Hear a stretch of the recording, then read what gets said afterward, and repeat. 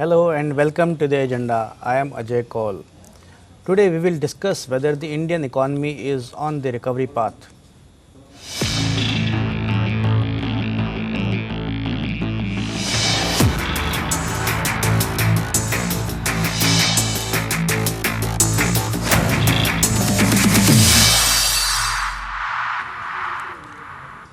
The Indian economy is recovering fast and will soon be back on track as all parameters have started showing improvement. This is what Union Finance Secretary Tarun Bajaj has said. He has cited various parameters like the GST collection crossing 1 lakh rupee mark. At the same time, Center for Monitoring Indian Economy or CMIE has said unemployment witnessed a big jump in October. So, what is the actual state of the Indian economy? We will try to understand this in the agenda today with two experts on economy, Professor Arun Kumar and Mr. Abhishek Rajaram. But before we start our conversation, let us have a look at this small report.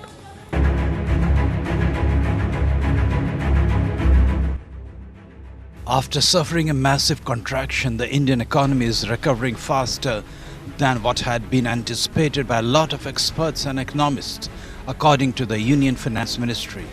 Finance Secretary Tarun Bajaj has said that the economy will be on track soon as there is improvement in all parameters generally and further improvement is expected in the month of November. Bajaj said an uptick in the economy has been witnessed since the past few months after the end of the lockdown restrictions. He said the power consumption in the month of October is 12.10% more than October 2019, which is a signal of economic activity.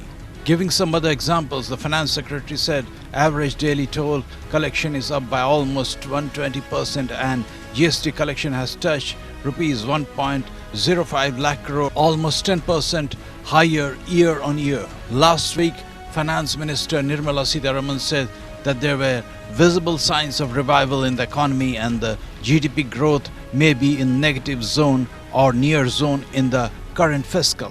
At the same time, the Center for Monitoring Indian Economy or CMIE has said that there has been a big jump in the unemployment rate both in urban and rural areas in the month of October. It said India's unemployment rate stood at 6.98% in October against 6.67% in September 2020. The increase in unemployment rate has been witnessed despite the agricultural sector growth showing signs of robustness, it said. Last month, the International Monetary Fund said the Indian economy is projected to contract by a massive 10.3% this year. However, it projected a rebound of 8.8% in 2021. Last financial year, India witnessed a growth rate of 4.2%. The RBI has projected a contraction of 9.5% in the current fiscal. Bureau Report.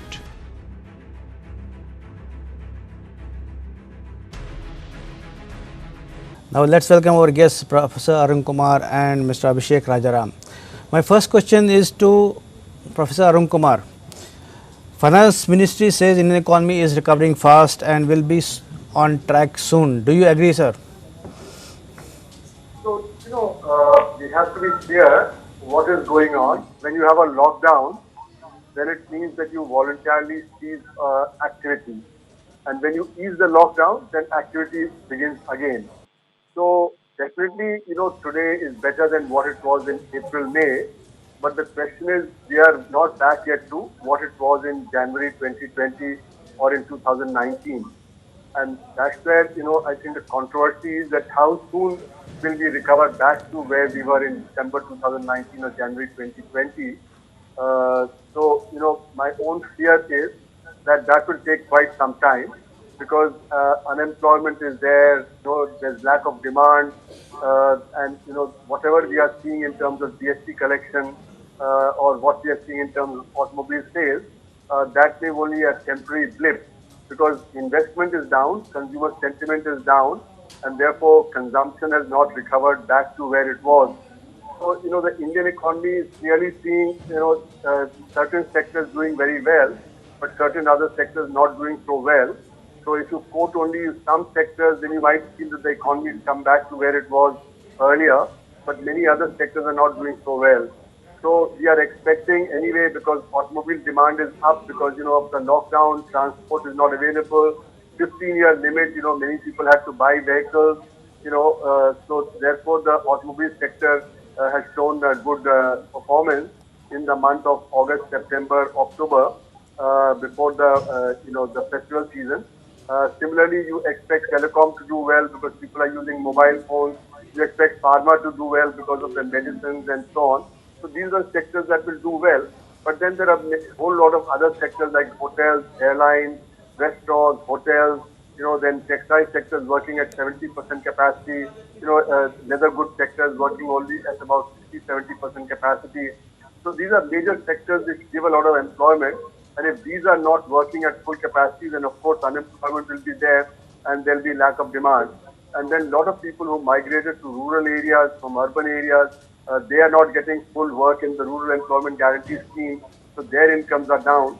So you have unemployment in urban areas, unemployment in rural areas, and low incomes there, and that's why the demand remains down.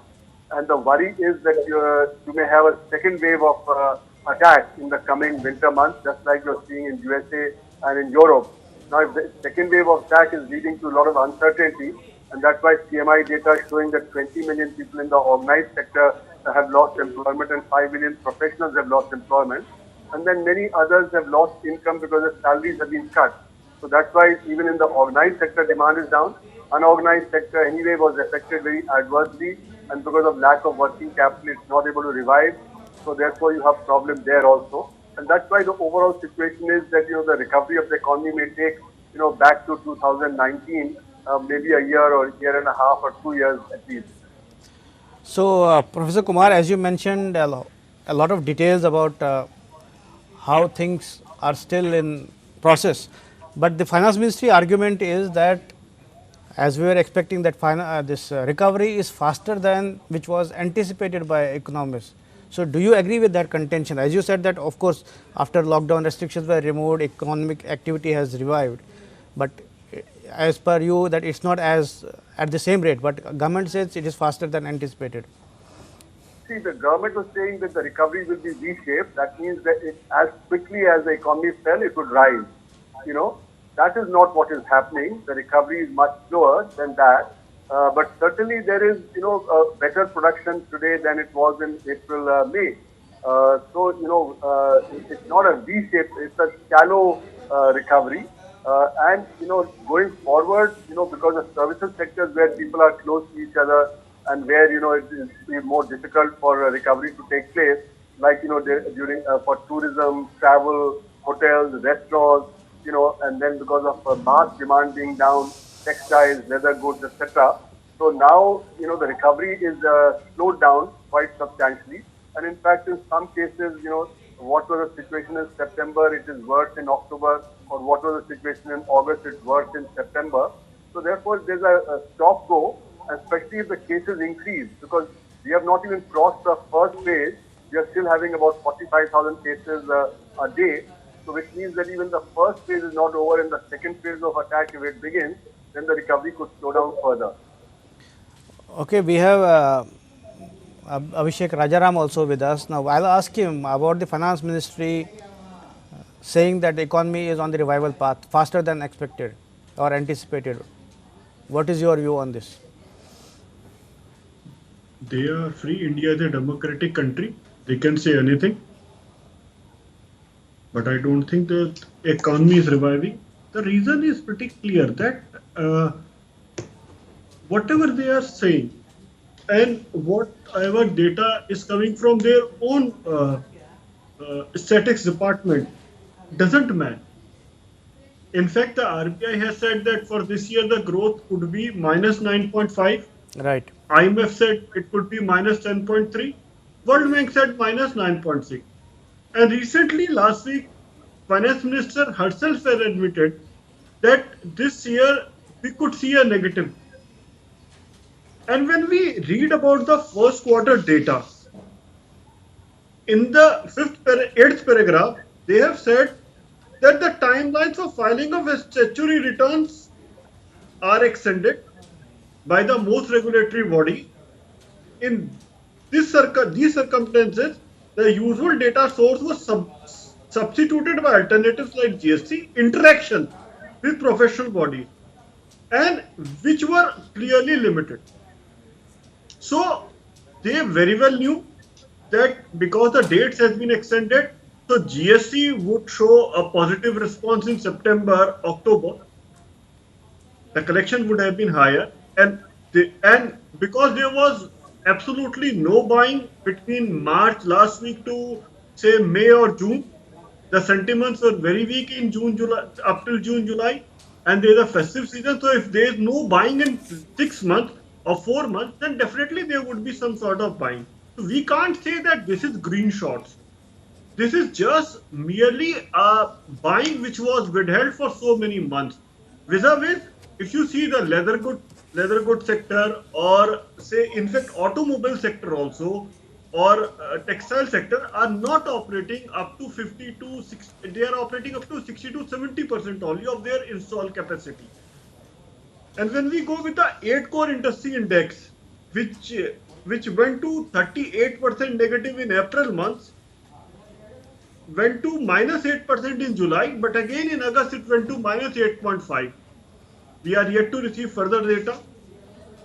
And with consumer price index, which says that consumer inflation is around 11%, where say pulses or vegetables are dearer by 22 or 23%.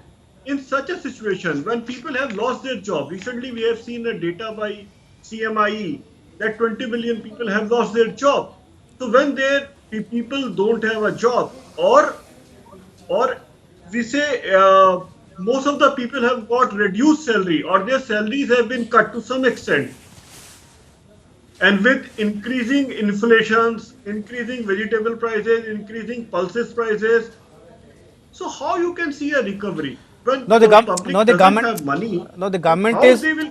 Government's argument is they are citing the indicators like power consumption has increased, fuel consumption has increased, auto sales has increased a lot, and rail freight has increased. So they are giving such indicators to argue that it is on recovery path faster than anticipated. So if this is on the fast recovery path, then why last week, Madam Finance Minister has admitted that we could be in negative territory? What was the reason why she admitted it? She should have said we would be in positive territory. RBI should revise and say we will not be in -9.5, we will be in positive 9.5. They don't understand the economy. They destroyed this economy by twin bombs. First for demonetization in November 2016, and then on 1st of July 2017 they came with half-baked GST, which has created more troubles than demonetization itself. They can say anything. Okay, let me Does turn. it mean that they are saying with reference? So you don't, no. What they mean to say, they don't understand. They said we are coming with Atmanirbhar Bharat package, and in Atmanirbhar Bharat package they came with 50,000 crore liquidity through TDS and TCS rate reduction. With the TDS and TCS rate reduction, does it increase purchasing power capacity? No, it is merely a monetary thing. If I am liable to pay taxes, then I have to pay advance tax extra. Without reducing tax rate, they reduce TDS and TCS rate. They don't understand economy. They don't understand anything about what has to be done to recover this economy. Okay, let me turn to Professor Arun Kumar. As we talked about various indicators, like government is saying, power consumption has increased, fuel consumption has increased, auto sales, as you mentioned, has increased manifold. But at the same time, unemployment, as we mentioned earlier, is a major concern. And as we cited the CMIE data, it has increased in October to 6.98 against 6.67 in September. So, how do you see that situation? So, certainly some sectors, whether it's say diesel and petrol consumption, they have gone back up. But there are specific reasons. When you don't have public transport, then people will use private transport, and therefore private transport use would imply that petrol consumption will increase. Similarly, for diesel, you've had a lot of defense movement since the month of June, because you are massing troops on the border, and therefore diesel consumption would increase. Similarly, they are citing data on GST, and Right. as Abhishek has already pointed out, the GST data is because of lumping of filing of returns. For those companies which are below 5 crores of rupees, they had time till September, and those companies which had more than 5 crore of turnover, they had time till June. So that's why you see lumping of GST in June and in September. And it's the September data that comes out in October. And even now, there are many companies which have not yet filed their returns, the annual return for last year and so on. So therefore, there's a lot of confusion. Second is that GST is a gross figure, it's not a net figure. I've talked to many businessmen and they say that they have not got refund for the last 8-10 months. So therefore, once they get the refund, then the GST figure would also come down. So I think we have to wait for the GST figures to be a sure sign indicator. Also, there's a doubt because the big major contributors to GST like hotels, restaurants, airlines, etc., they are all down 30%, 50%, 70%. So it's doubtful that GST collection in the net would turn out to be as high as the gross data is suggesting. Various factors will be there for various specific things. But on the whole, the question is, on the whole, is the economy back to where it was in 2019? And that's where I'm arguing that the economy is still down by about 30% compared to 2019 October. In spite of even the sales through e-commerce rising, which again the government is quoting that e-commerce sales have risen. But the e-commerce sales rise could be at the expense of the brick and mortar retailers. And the retailers, the data that's coming from State and others is that a lot of retail traders are now in the verge of bankruptcy because their demand has come down because people have shifted to e-commerce. So What is the gain of e-commerce is basically the diversion of the trade from retailers to, I mean, small right, retailers. right. So, isn't it? Correct, correct. So therefore, that doesn't show that it's an increase on the whole. Similarly, you can quote other things, where the demand is shifted from the unorganized sector to the organized sector, and that again, cannot be taken as a rise because you have to net out the unorganized sector, and the unorganized sector data doesn't come. The data from the unorganized sector doesn't come, immediately. It comes with a time lag. So therefore, saying only the data of the organized sector doesn't imply that the economy as a whole is doing well. The unorganized sectors where, you need to go to factories, you need to go to work, and most of that work has stopped because the working capital of the unorganized sector has been exhausted. Working capital of the unorganized sector is very small, so if you don't operate for 1 week or 2 weeks, then you exhaust your working capital. Therefore, there's a problem there as well. So on the whole, I think you have to look at the pluses and the minuses to figure out what is going on. The government is only quoting some selective figures from some selected sectors to claim that actually the economy has recovered. Okay, Mr. Rajaram, if I come to you, if you talk about GST, as you mentioned about the lumping of these figures. So, if we talk about that, there has been very little business during lockdown and the, subsequent period. So, do you anticipate that there will be a drop in GST because the filings will come in the next month, no? Coming months? Now, the basic problem with GST is that government promised seamless credit while coming up with GST. And they came with section 16 subsection 4, which provides a time limit for taking credit. And then last year, suddenly, all of a sudden, they restricted claiming of GST credit while introducing Rule 36(4). First, it was 20% over the Form 2A, and from February, it was restricted to 10% over and above the 2A, which is against the spirit of GST. And this was relaxed from February to August because of Corona. But such restrictions was removed in September. Therefore, there are cases where people are in containment zone, where my vendor is in containment zone, or vendor has died due to Corona, and I am having all the documents of taking credit, but I am not able to take credit.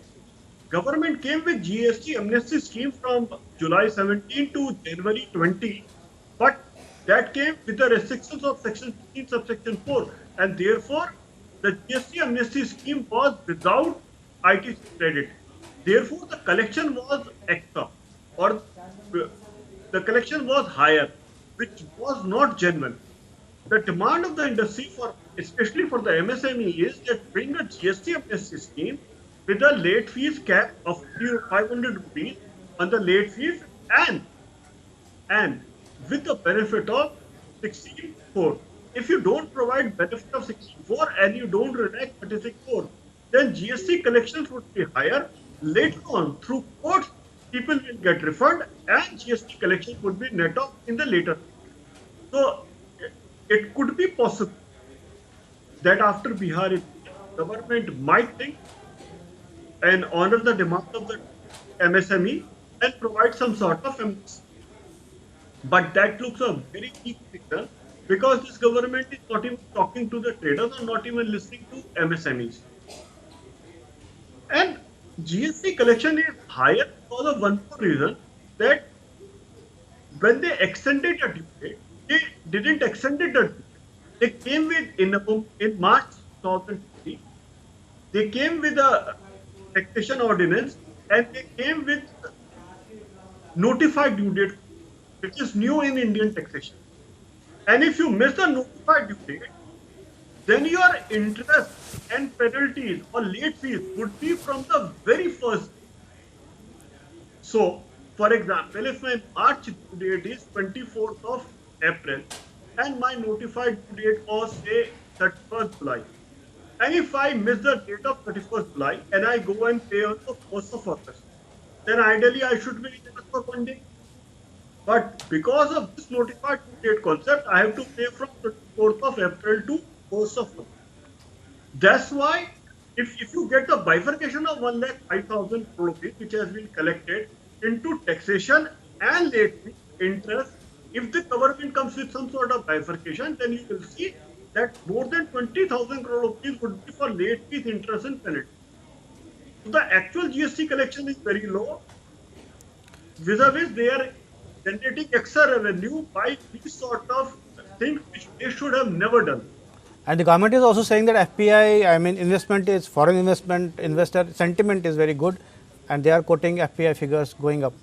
Do you agree with that? So where are the companies? Where are the companies who have come and invested in India? We have heard that anti-China syndrome. Every company wanted to leave China. They wanted to invest. From 5-6 years, our image worldwide is very good. Our Prime Minister has been visiting every of the countries. Our relationship with every country, international level, we are very good. So how many companies have come and invested in India? Okay, we are running out of time. One last question to Professor Kumar. There is a talk or maybe expectation that the finance minister may announce one more stimulus package. So, what are your expectations from that, and how do you see the earlier packages which were announced? What have they translated into action? So, the earlier package was very inadequate. It was about 21 lakh crores, but most of it was credit and most of it was loans. The actual from the budget was only 2 lakh crores, whereas the demand decline is far greater. So it had to be at least 15 to 16 lakh crores out of the budget. But the budget has completely gone haywire because it was planned on the basis of 10% nominal growth, but you had at least 10% decline. So instead of the economy going from 204 lakh crore to 225 lakh crore, it come down to 180 lakh crore. You have a 45 lakh crore turnaround. So tax collection is far less than what it should be, but expenditures are more.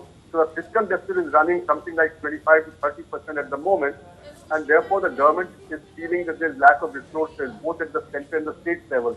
However, unless the government begins to spend more, demand will not come because the private sector will not suddenly start investing and consumer sentiment is low.